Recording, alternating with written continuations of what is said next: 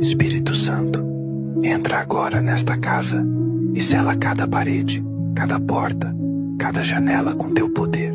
Todo espírito contrário, toda presença maligna, seja arrancada agora em nome de Jesus. Anjos do Senhor, tomem seus postos em cada canto desta casa. Fogo de Deus, queima tudo que não vem do céu. Nenhum mal prevalecerá aqui. Toda inveja, toda palavra maldita, toda força das trevas, se curve diante da autoridade de Cristo.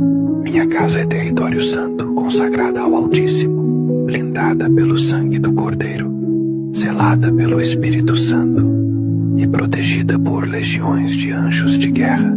Nenhum inimigo cruzará os limites desta morada. Aqui reina a paz, aqui habita a presença de Deus. Em nome de Jesus, amém.